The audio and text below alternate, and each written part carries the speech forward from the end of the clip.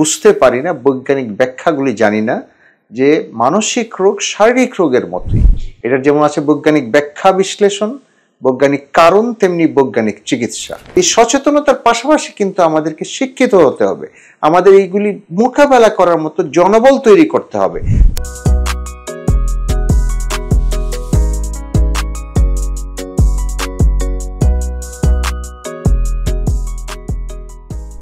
স্বাস্থ্য সকল সুখের মূল, এটা আমরা সবাই কিন্তু জানি। বাট স্বাস্থ্য হলো মানুষের শারীরিক, মানসিক এবং সামাজিক সুস্থতা। এই যে তিনটা কম্পোনেন্টের কথা বললাম স্বাস্থ্যের, তার মধ্যে কিন্তু মানসিক স্বাস্থ্য একটা বেসিক ফাউন্ডেশন, একটা পিলার। স্বাস্থ্যের সুস্থতার একটা পিলার হলো মানসিক স্বাস্থ্য। কষ্টের ব্যাপার হলো যে এই মানসিক স্বাস্থ্য সব ক্ষেত্রে অবহেলিত থাকে এবং আমরা আসলে অসচেতন, অর্থাৎ সচেতনতার আমাদের অভাব আছে, অথবা আমরা এটা বুঝতে পারি না, বৈজ্ঞানিক ব্যাখ্যাগুলি জানি না যে মানসিক রোগ শারীরিক রোগের মতোই, এবং শারীরিক রোগ যেমন চিকিৎসা করা যায়, মানসিক রোগকে কিন্তু ঠিক সেরকমভাবে চিকিৎসা করা যায়। এটার যেমন আছে বৈজ্ঞানিক ব্যাখ্যা বিশ্লেষণ, বৈজ্ঞানিক কারণ, তেমনি বৈজ্ঞানিক চিকিৎসা। এবং আমি খুব খুশির সাথে বলতে চাই, আনন্দের সাথে বলতে চাই যে মানসিক রোগের যে চিকিৎসা হয় সেটা কিন্তু অনেক ভালো ফলাফল পাওয়া যায়। তো প্রতি বছর এই মানসিক রোগের বিষয়টিতে বা এই বিষয়ে সচেতনতা তৈরির জন্য সারা পৃথিবী জুড়ে ওয়ার্ল্ড মেন্টাল হেলথ ডে পালন করা হয় 10 অক্টোবরে, 10 অক্টোবরে। এই বছরের যে থিম, প্রতি বছর একটা প্রতিপাদ্য থাকে, প্রতি বছরে একটা থিম নিয়ে কাজ করে। এই বছরের থিমটা হলো access to service, mental health in catastrophe and in emergency. অর্থাৎ আমাদের প্রত্যেকেরই ইমার্জেন্সিতে, অর্থাৎ দুর্যোগপূর্ণ বিষয়ে বা বিপদকালীন সময়ে মানসিক স্বাস্থ্যের সেবা নিশ্চিত করার একটি বিষয় চলে আসছে।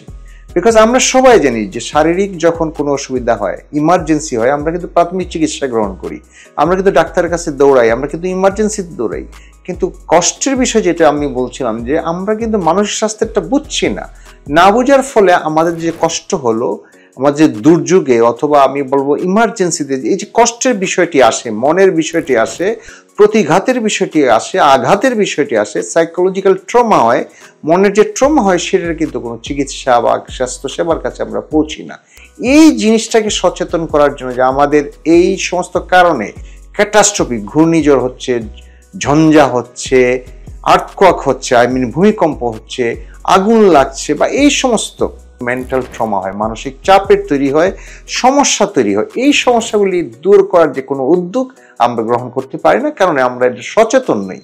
সুতরাং সমাজকে এই বিষয়ে কিন্তু সচেতন হতে হবে, সমাজকে বুঝতে হবে যে মানসিক স্বাস্থ্যের এই সমস্ত কারণে জরুরি পরিস্থিতিগুলিতে অথবা সেই দুর্যোগের জায়গায় মানসিক স্বাস্থ্যের চিকিৎসা নেওয়া যেতে পারে, মানসিক স্বাস্থ্যের ফার্স্ট এড হতে পারে। নাম্বার 1। নাম্বার 2 হলো এই সচেতনতার পাশাপাশি কিন্তু আমাদেরকে শিক্ষিত হতে হবে, আমাদের এইগুলি মোকাবেলা করার মতো জনবল তৈরি করতে হবে। সেটা প্রাথমিক স্বাস্থ্য সেবার থেকে তৈরি হোক, কারণ প্রাথমিক স্বাস্থ্য সেবার কাছে সবাই যায়। আমরা যদি প্রাথমিক স্বাস্থ্য সেবাকে মেন্টাল হেলথের জন্য ইকুইপ করতে পারি, তৈরি করতে পারি, তাহলে কিন্তু আমরা এই জিনিসগুলি ওভারকাম করতে পারি।